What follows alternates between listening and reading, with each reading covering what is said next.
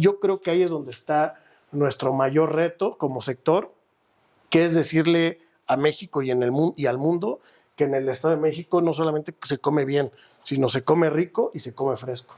La cocina tradicional no necesita de nosotros necesitamos de ella. Sí, somos un sector muy regulado, más de 125 puntos de inspección en donde nos puede multar cualquier autoridad. Pues me gustaría y me encantaría que de la misma manera en la que las autoridades municipales, estatales o federales nos regulan, pues ellos también se empezaran a poner esos puntos de regulación, porque entonces sí se vería un verdadero piso parejo, ¿no? Hola, ¿cómo están, amigas, amigos? Muchas gracias por acompañarnos en una emisión más de nuestro podcast Nosotros en la Política, ya saben, con mis amigas Pati Venegas y Alicia Rivera.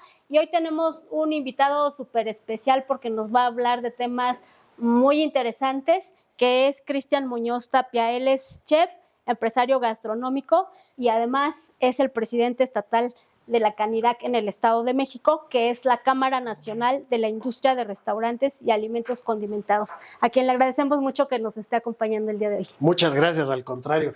Gracias por la invitación y va a ser un gusto ahí estar platicando un ratito.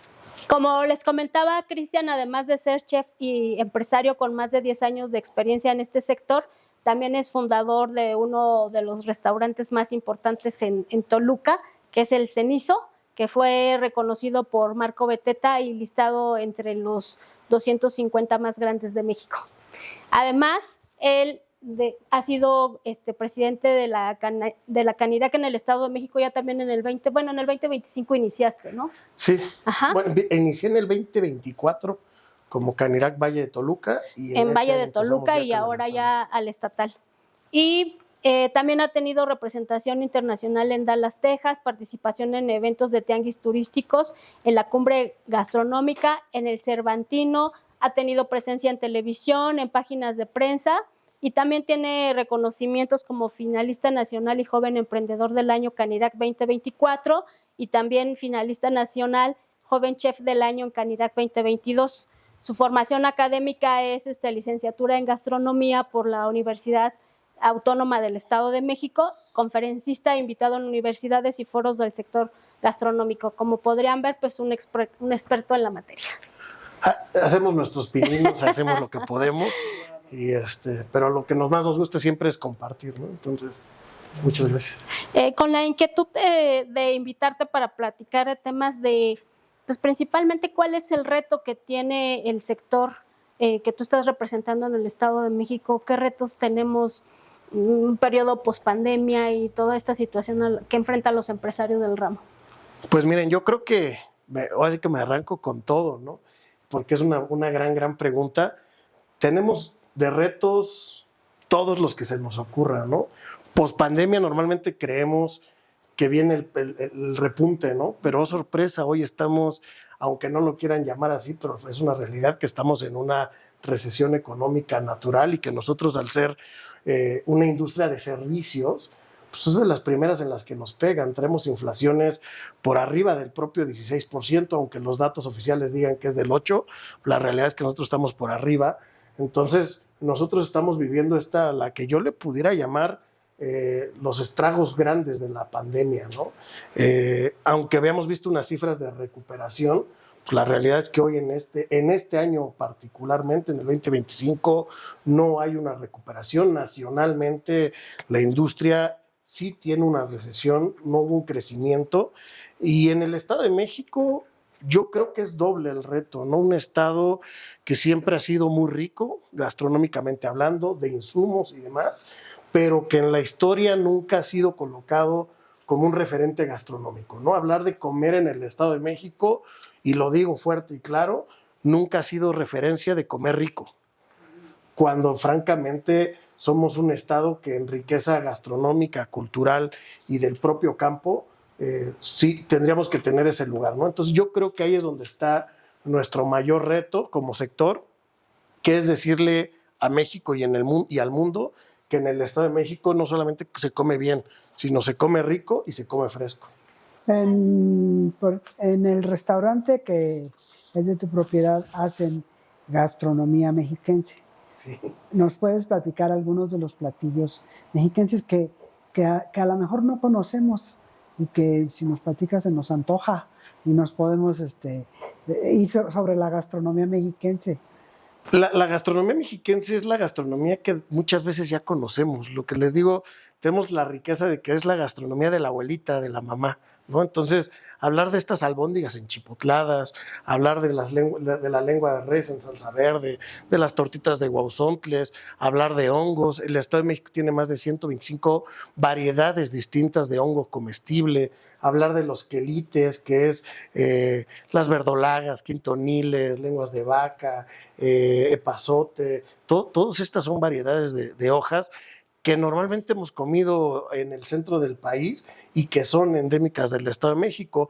Mi restaurante, justamente una de las cosas que quiero hacer o que yo pongo en mesa es cocina del Estado de México contemporánea, porque la cocina tradicional yo creo que hay que respetarla por la esencia natural de la cocina tradicional. La cocina tradicional no necesita de nosotros, nosotros necesitamos de ella. Entonces, ahí en el restaurante, pues por ejemplo, usamos la técnica del horneado con barro fresco, con unos chamorros que se hornean un poco cerca de 24 horas. Tenemos lengua de res en salsa verde, ahí mezclamos, ¿no? Hacemos tuétanos, pero los ponemos con un ceviche de hongos, que este ceviche es como con la técnica más del Bajío, de Sinaloa, pero con seta, champiñón, huitlacoche. Entonces, jugamos con con todos estos sabores que al final del día en el Estado de México nos los da. Y damos el último dato cultural, ¿no? El Estado de México tiene de las mayores variedades de maíces del país. El maíz azul, el maíz rojo, el maíz palomero son endémicos del Estado de México. Bien, Pati. Cristian, después de la recesión, yo creo que este sector comercial ha sufrido una baja, ¿no? ¿Cuál es la cifra aproximadamente de cuántos negocios han cerrado en el último año? Aquí es un tema bien interesante, ¿no? Porque luego cuando hablo de esto, luego me dicen, bueno, pues no, que estás en recesión. Bueno, sí, pero de todas maneras el empresariado, que particularmente yo lo manejo en el PYME o mi PYME, así como cierran muchos, están abriendo muchos, ¿no? Entonces también hay un mercado muy fragmentado y el dato importante es, en el Estado de México hay, en el último corte del INEGI, o sea que no es un tema que yo me inventé, son 76,726 unidades económicas formalmente registradas en el Estado de México. Solamente como dato cultural, 10,000 más que la propia Ciudad de México. Y bueno, hay estados, sin mencionarlos para que después no me vayan a escribir mis homónimos de Canirac de otros estados, pero hay estados que todo el estado tiene 3,000 unidades, cuando nosotros somos 76,000 unidades. Es una polaridad, ¿no? Durante y previo a la pandemia cerraron cerca de 15,000, 18,000 unidades que hoy están recuperadas con otros nombres, con otras razones sociales, pero sí ser muy, muy, muy claros que al final del día nos seguimos manejando en la misma cifra de unidades económicas. Lo que hemos perdido, y también lo tengo que decir, es la formalidad. Hoy este universo de unidades solamente pertenecen al 40% de las unidades económicas de todo el estado. Entonces estamos, por eso cuando luego lo decimos, ¿no?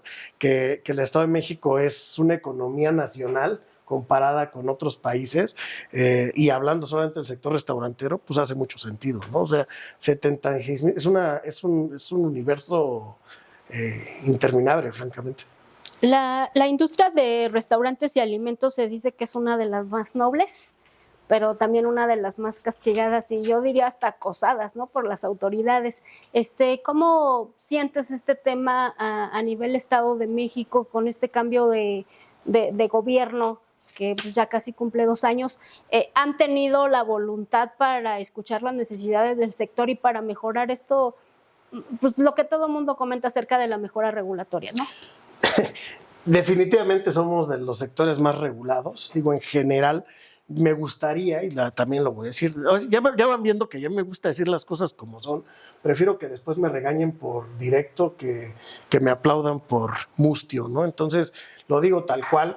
Sí, somos un sector muy regulado, más de 125 puntos de inspección en donde nos puede multar cualquier autoridad. Pues me gustaría y me encantaría que de la misma manera en la que las autoridades municipales, estatales o federales nos regulan, pues ellos también se empezaran a poner esos puntos de regulación, porque entonces sí se vería un verdadero piso parejo, ¿no? ¿Por qué? Y un poquito respondiendo también la pregunta anterior, ¿por qué cada vez somos menos formales? Pues porque cumplir con una regulación es muy complicada. ¿Hay voluntad? Te puedo decir que sí. O sea, te puedo yo decir que sí. ¿Qué es lo que pasa? Y pongo un ejemplo que hoy seguramente todos estamos viviendo. Todos nos quejamos de los baches, ¿no? Y vamos y nos quejamos. Oigan, es que en mi colonia está esta. ¿Y qué es lo que las autoridades siempre nos dicen? Es que esa no es competencia municipal. Es que esa es competencia estatal. Y luego vas al Estado, no, es que no es competencia del Estado, es federal. Y vas a la Federación, es que esa no es competencia federal, es de una... Y entonces se avientan la bolita, ¿no? ¿Qué es lo que pasa acá? Pues lo mismo, que tú puedes tener buena voluntad estatal, pero si el gobierno municipal no tiene esa voluntad, y a veces ya no solamente ni la voluntad, sino el entendimiento propio de la ley, si no la tiene, pues te llegas a un cuello de botella, ¿no? Entonces, pues eso es complicado, porque puede haber muy buena voluntad en la mejora regulatoria. Creo que como cámaras o como organismos empresariales nosotros hacemos, pues al final del día aportamos nuestro granito de arena, pero el poco entendimiento o el poco conocimiento a veces nos lleva a eso, ¿no? Nosotros como cámara empresarial nos rige una ley federal de cámaras y nos convierte en un organismo obligado de consulta. Eso prácticamente ninguna autoridad lo sabe y nos trata por igual que a las asociaciones. Está bien, qué bueno, de eso queremos igualdad y equidad, pero somos un órgano obligado de consulta y a veces la propia autoridad no lo sabe, los municipios no lo saben. Entonces, ¿qué es lo que sucede? Pues que nos enfrentamos a que puede existir una mejora regulatoria estatal, pero cuando nosotros vamos a tramitar la licencia, pues nos tenemos que encontrar en el municipio sí o sí, ¿no? Los planes de protección civil, por ejemplo, a veces no saben cuál es la competencia estatal y municipal, ¿no? Entonces, pues bueno, es un trabajo que estamos haciendo como cámara para poder, al final del día, el grito que nosotros hacemos es de la desregulación. Nada más compartirles muy rápido que estuve con los topos, con los rescatistas, los topos, y ellos decían que cuando estamos ante o sea, por ejemplo, un sismo, siempre el protocolo nos dice no correr, no gritar y no empujar, pero que cuando estás en el sismo, lo primero que haces es correr, gritar y empujar, ¿no? Cuando alguien crea un protocolo desde un escritorio, pues te pone 1001 reglas, ¿no? Eso es lo mismo, cuando las reglas las crea alguien que en su vida ha tenido que batallar con una quincena, con ser empresario, con ser emprendedor, pues es muy fácil de repente decir que el tubo tiene que ser amarillo en lugar de verde y azul y comprar las reglas y demás, pero cuando estás en el día a día es muy complejo, ¿no? Entonces creo que por ahí es donde debe de venir la mejora regulatoria para que el municipio, el estado y la federación, pues al final del día entiendan que son gobierno, ¿no? Y que son gobierno y que el empresario sí quiere cumplir, pero ante la sobreregulación a veces ya no es un tema de querer cumplir, es un tema de que no alcanza para cumplir. La semana pasada, Laura González, la secretaria de Desarrollo Económico del Estado, anunció con pompa, junto con el alcalde de Naucalpan, un plan de beneficios fiscales para atraer la inversión y beneficios fiscales municipales. ¿Qué me puedes opinar sobre eso, de lo que ahorita estamos platicando? Que pueden hasta ser exentos del 50% del pago del impuesto predial. Por ejemplo, también Protección Civil municipal, que es la que les hace inspecciones, y otros impuestos que son locales, y que para incentivar la inversión en todos los sectores de la industria económica del país, del Estado de México se les van a hacer esos beneficios. ¿Tú les crees? Yo elijo creerles, ¿no? O sea, yo quiero creerles. La realidad es que, pues vuelvo al mismo punto. Creo que ahí la secretaria, hemos estado ahí en reuniones, tiene que ayudarnos, impulsarnos. Hay que entender que ella viene del sector empresarial también. Ella en su momento fue borracho, ¿no? Porque luego dicen que no es lo mismo ser borracho que ser cantinero, pero ella yo creo que debe de tener el pulso perfecto de lo que hoy buscamos. Y creo que el que se haga en un municipio está bien, deja un antecedente. En Ecatepec, son los municipios más grandes. Tenían que suscribirlo por principio de cuenta todos. Donde hay Exactamente, tendrían que suscribirlo todos. A mí, insisto, me toca hoy tener la honrosa representación de todo el estado, pero les puedo decir que en el Valle de Toluca eso no existe, ¿no? Entonces, en el sur, pues la realidad es que el sur se maneja, y también quiero poner eso en la mesa, ¿no? Siempre hemos hablado de la zona del oriente del Estado de México como la zona olvidada por los gobiernos anteriores, y creo que sí, tienen mucha razón. Pero el sur no se queda nada atrás, ¿eh? O sea, sí, definitivamente creo que, a ver, el sur no tiene conectividad en muchas de las ocasiones ni con el propio Valle de Toluca, no hablemos del Valle de México. Entonces, creo que el Estado de México lo tendríamos que dejar de ver que si los de arriba contra los de abajo están olvidados, y creo que va un poquito con el tema de estos incentivos fiscales, ¿no? Tendría que haber un apoyo, por ejemplo, o un cambio en el Código Financiero del Estado de México, que al final del día es quien te rige el cobro de licencias, el cobro de pagos de agua, porque ahí es cuando lo bajas a todos los municipios y verdaderamente permea, ¿no? Tan empresario es el de Tlatlaya como el de Zacualpan, como el de Naucalpan. Todos tienen que pagar agua, rentas, luz, seguro social, y toda la cadena, ¿no? Entonces no es tan aplicable los beneficios fiscales municipales. Como dices tú, tendría que ser desde el Código Financiero del Estado de México. Yo considero, digo, ahí, y hace unos días escribía yo justamente de la mal ejecutada autonomía municipal. La Constitución Política de los Estados Unidos Mexicanos habla de las autonomías municipales, ¿no? Entonces me queda claro que ahí depende mucho de la buena voluntad del alcalde, pero sí creo que si nuestra Secretaría de Desarrollo Económico hace esa bajada con todos los municipios, pues va a haber mejores alcances, ¿no? Que solamente en un municipio. Yo aplaudí estos beneficios fiscales en Naucalpan, ahora habrá que aplicarlos, ¿no? O sea, que no queden en el tintero como muchos de los proyectos que a veces se anuncian. Ojalá y sí sea así, y que dejemos de buscar, porque hay que recordar algo, se supone que estos pagos de estos impuestos que tenemos son para pagar los propios servicios que como ciudadanos buscamos, y siendo francos, hoy si de algo carecen o de algo carecemos, son de servicios. Y yo nada más voy a poner algo ahí también en la mesa. Yo creo que tendríamos que empezar a exigir como ciudadanía que el diputado haga las funciones de diputado, porque los vemos haciendo funciones de cualquier otra cosa menos legislar.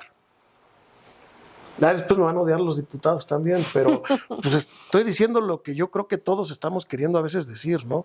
El alcalde lo vemos a veces haciendo o queriendo hacer funciones de gobernador, y el gobernador es al que le estamos exigiendo que haga las funciones del alcalde.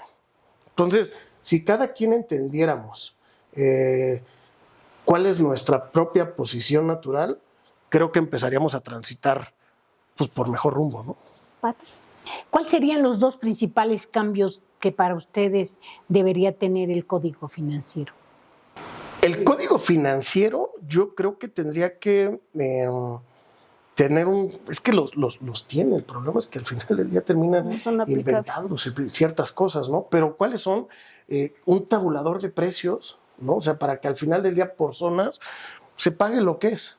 Y la otra, yo creo que tendría que haber un programa fuerte, pero fuerte, de formalización.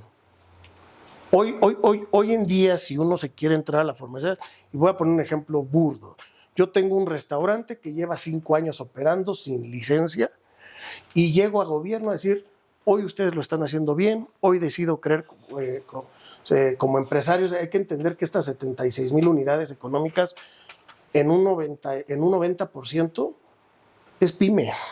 Entonces, bueno, llego, toco la puerta y digo, quiero yo ya hoy formalizarme, vengo a ponerme en regla. Y el Código Financiero te dice que tienes que pagar los 5 años previos que tú hayas estado trabajando. Entonces, si una licencia te cuesta, vamos a poner un ejemplo así muy burdo, 12,000 pesos, 10,000 pesos para hablar cifras cerradas. Por 5 años que no has pagado son 50,000 pesos, más el año corriente, 60,000 pesos. Solamente para obtener la licencia de venta de alimentos con bebidas alcohólicas tendrías que pagar 60,000 pesos, de golpe y porrazo. Creo que es mejor entrar en esta concientización de empiézame a pagar a partir de ahora y empecemos a formalizarnos todos. O sea, este trabajo en conjunto creo que sí es el que, siendo francos, nos está haciendo un poquito falta, porque la buena voluntad puede ser como el alcalde de Toluca, que dice que va a cobrar de 3 años para acá. De todas maneras siguen siendo 40,000 pesos, que entendamos la economía hoy que tenemos, pues es muy complicado, ¿no? Y creo que también quitarnos nosotros como sector este estigma de que el empresario siempre es el que carga con mucho dinero en la bolsa, no es así, no es para todos. Por eso, creo que retomar este tipo de proyectos de apoyo a la inversión pequeña ayuda mucho a las economías circulantes de los municipios, y eso es lo que tendrían que adoptar los alcaldes, ¿no? Mi humilde opinión, últimamente, como dirán, yo solamente soy un chef, ¿no? Pero pues eso es lo que a mí me toca ver con el sector, ¿no? Cristian, ya hablamos de los retos, pero ¿cuáles dirías que son las fortalezas que actualmente tiene el sector y hacia dónde quieres llevar durante tu gestión a la Cámara? Pues mira, la verdad es que tenemos muchas fortalezas de entrada, insisto, somos un sector muy fuerte en número de unidades, aportamos muchísimo al Producto Interno Bruto del Estado propio, más del 14%, generamos más de 2 millones de empleos indirectos. O sea, eso nos hace un sector muy fuerte, ¿no? en volumen, y la realidad es que estoy hablando solamente, insisto, de la formalidad, ¿no? Pero también, y yo siempre le digo, o lo digo abiertamente, que también esta gente que pues está vendiendo sus postres, su pan, que está ganando el día a día, porque no le queda de otra, pues es parte de este sector, ¿no? Entonces, tenemos unas grandes bondades que yo creo que es lo que tenemos que empezar a impulsar, ¿no? Por eso yo cuando tomo la presidencia, hace rato me preguntaban que cuál era una de mis grandes travesuras en la vida, y yo justamente decía que haber tomado la presidencia, ¿no? Pregúntenle a la familia. Pero creo firmemente, y les cuento así muy rápido, yo estudié en Tenancingo, un municipio en el sur del Estado de México, a 45 minutos de la capital. En ese trayecto, yo iba y venía diario, y en ese trayecto no había un día en el que no había una gordita de haba, de frijol, un taco de cecina, de chorizo, miel, pulque, licores, en un trayecto de 45 minutos. O sea, era impresionante la gastronomía. Entonces, esa es la gran fortaleza que tiene el Estado. O sea, hoy en día tú puedes poner un negocio de comida de lo que quieras y vas a encontrar el insumo en el Estado de México. O sea, en el Estado de México encuentras el insumo de lo que sea, ¿no? Entonces, pues creo que ahí está una de nuestras grandes fortalezas. Yo también anuncié que íbamos a crear, y estamos en eso, un clúster de cocineros mexiquenses. Cuando tú volteas a ver a Oaxaca, Puebla, Michoacán, y teniendo sus bemoles, como sea, para que no se me enojen, pero los cocineros son unidos, y los cocineros somos todos. El chef, la cocinera tradicional, el cocinero tradicional, el taquero, el que hace café, los ves unidos. Obviamente como todo, ¿no? Obviamente hay uno mejor que otro y demás, pero los ves unidos. Y aquí en el Estado de México rara vez escuchamos hablar de un colectivo de cocineros que buscan hacer algo, ¿no? Entonces, pues trabajar en eso, para empezar a tener más presencia en festivales, ferias y demás, que también como Cámara creo que es importante que las empecemos a impulsar. Porque la gastronomía mexicana internacionalmente está muy bien posicionada. Es patrimonio. Lo que platicas, ¿no? Los quelites, los grandes chefs como tú, hacen platillos que llevan esos ingredientes y que los paladares internacionales les agradan, ¿no? Entonces, si el Estado de México tiene mucho que aportar, pues esa sería una de sus grandes fortalezas, Cristian. Sí, cuando estuvimos me tocó ir a Corea del Sur, al festival más importante cultural de Corea, que se hace en Suwon City, que es la ciudad que está pegada a Seúl. Y estaba Rumania, Vietnam, Alemania, nosotros como México, pero llevamos gastronomía mexiquense. Hicimos salmón con mole, jugando con esta parte del salmón que es muy de ellos, pero el mole que es muy de nosotros, y dimos tortitas de chorizo verde. Bueno, era impresionante, nos habían pedido, no me acuerdo, pero eran como 500 bocadillos para todo el festival y terminamos dando 1,500 diarios. O sea que... Porque los coreanos estaban vueltos locos con la gastronomía de acá, ¿no? Entonces, cuando empecemos a impulsar nosotros estas 76,000 unidades económicas, en lugar de sentirse a veces olvidadas o el mismo restaurante diciendo, pues ahora a ver de qué otra cosa pongo, ¿no? Creo que vamos a empezar a fortalecer. Nosotros mismos como mexiquenses vamos a preferir comer en nuestro estado, y voy a soltar si quieren es broma y si quieren no, pero que cuando nuestros políticos decidan viajar al extranjero, pues mejor viajen al Estado de México y consuman local. En lugar de irse a Japón, ¿verdad? Es lo que te iba a decir, en esta zona metropolitana son muchos personas que dicen vamos a comer a Ciudad de México, ¿no? ¿Por qué no comer en los restaurantes del Estado de México, ¿no? Mira, nada más, y hablando un poquito de Toluca en particular, yo les digo que tenemos una frase que desafortunadamente para la ciudad, que dicen que lo mejor de Toluca es cuando te vas, ¿no? Y que en Toluca no hay ningún lugar donde comer rico. Toluca, como delegación de restaurantes, tenemos más de 2,000 restaurantes en el Valle de Toluca. Les digo que hay para comer 4 años seguidos en un restaurante distinto. Entonces, ¿dónde queda aquella frase de que no hay dónde comer?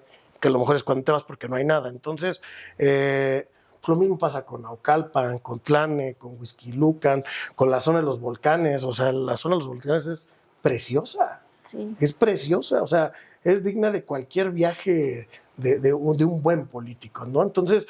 en lugar de ir a Japón. Sí, o a varios lados, o sea, porque ahorita tenemos catálogos, o sea, España, Grecia, además. Entonces, yo creo que empecemos a tener este arraigo mexiquense, donde de verdad hay mucho que comer, hay mucho que visitar.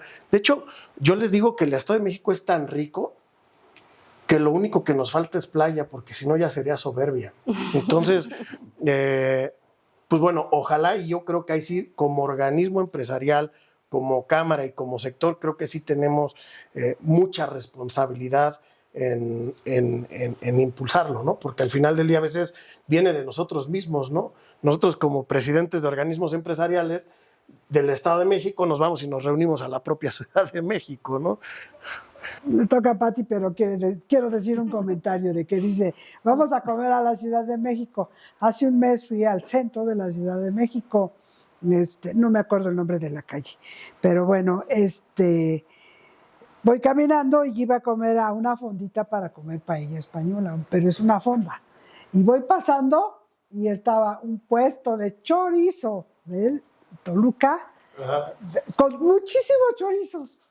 Y muchísima gente que yo mejor dije, mejor aquí me quedo a comer, porque entonces se van de la Ciudad de México, pero allá también, allá están, está muy exitoso ese, luego te paso bien el dato, y venden puros chorizos, y supe que eran de Toluca porque había verdes, ahí dije, estos son de Toluca, y mira, pero lleno. Sí, perdón, la verdad es que se come muy rico en el estado. ¿Hay alguna cifra de cierre de restaurantes en el Estado de México al año de este tipo de negocios? ¿Pymes? No, pero muchísimos. O sea, mira, cuesta mucho trabajo, te cuento muy rápido porque a veces como cámara nos cuesta mucho trabajo tener estas cifras exactas como nos gustaría tenerlas.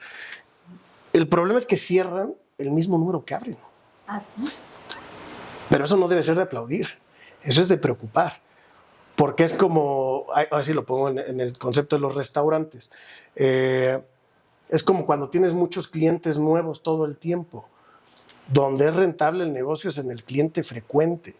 Entonces, es complicado, pero yo, a ver, digo, de verdad, tómenlo a mentira, ¿no? Porque no puede ser no me gusta dar cifras que no son exactas, pero deben de ser más o menos en todo el Estado de México 10,000 unidades que cierran anualmente, pero vuelven a abrir, ¿no? O sea, vuelven a abrir con otro nombre, con otro concepto, porque al final del día la gente sí busca comer, ¿no? Pero no estamos logrando esta estabilidad que es donde tendríamos que convivir. Tendría que haber estabilidad y crecimiento.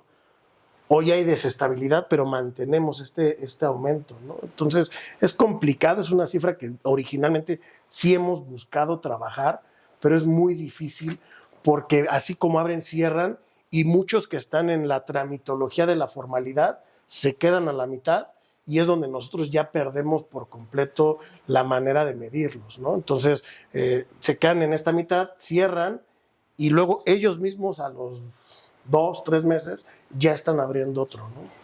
Cristian, pues desafortunadamente se nos ha terminado el tiempo de esta charla tan interesante, pero no sé si quisiera cerrar con algún mensaje final para nuestro público. Pues de entrada, muchas gracias que nos escuchan. Gracias a ustedes por el espacio, yo siempre lo agradezco y lo valoro mucho porque creo que esto es lo que suma y abona a veces a poder decir lo que no nos atrevemos a decir. Yo me atrevo a decirlo porque, pues, ¿cómo se llaman? Ya perdí el miedo y más bien gané ímpetu de hacerlo mejor. Invitar a todos los restauranteros que nos escuchan, que hoy pues, más que nunca somos una cámara congruente, que estamos buscando apoyarlos, respaldarlos, sumarlos y que entre más hagamos grupo, sin colores, sin ideas, sin demás, solamente por un bien común, creo que ahí sí donde vamos a poder lograr grandes cosas. Muy bien, pues les agradecemos mucho su atención y por supuesto a nuestro invitado Cristian Muñoz Tapia, presidente de la estatal de la Canirac en el Estado de México. Muchas gracias y nos vemos en la próxima.